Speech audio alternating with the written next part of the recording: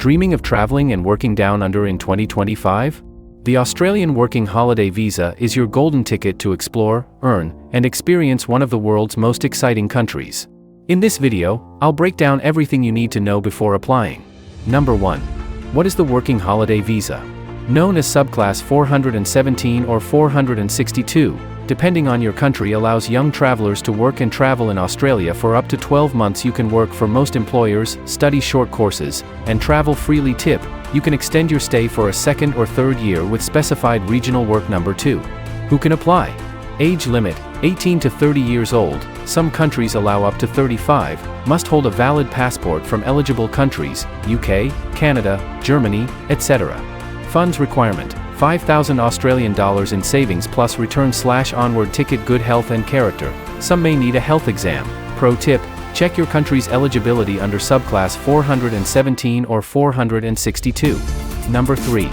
Visa requirements and application process. Apply online via immi.homeaffairs.gov.au. Documents: passport, bank statements, possible medical clearance. Fee: 2025. Approximate 635 Australian dollars. Processing time: usually 1 to 4 weeks. Don't wait, apply early, especially during peak travel months. Number 4.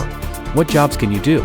Popular industries: hospitality, cafes, bars, restaurants, tourism and customer service, fruit picking and farm work, construction, office admin, or remote gigs. Depending on your skill, regional work is required if you want to extend your visa.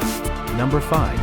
Best places to start your working holiday. Top cities: Sydney, jobs, beaches, nightlife; Melbourne, culture, cafes, creative scene; Brisbane, warm climate, gateway to coastal towns; Perth, less crowded, easygoing; Cairns, tropical base plus backpacker vibe. Tip: join working holiday Facebook groups or use apps like Backpacker Job Board or Seek. Number 6.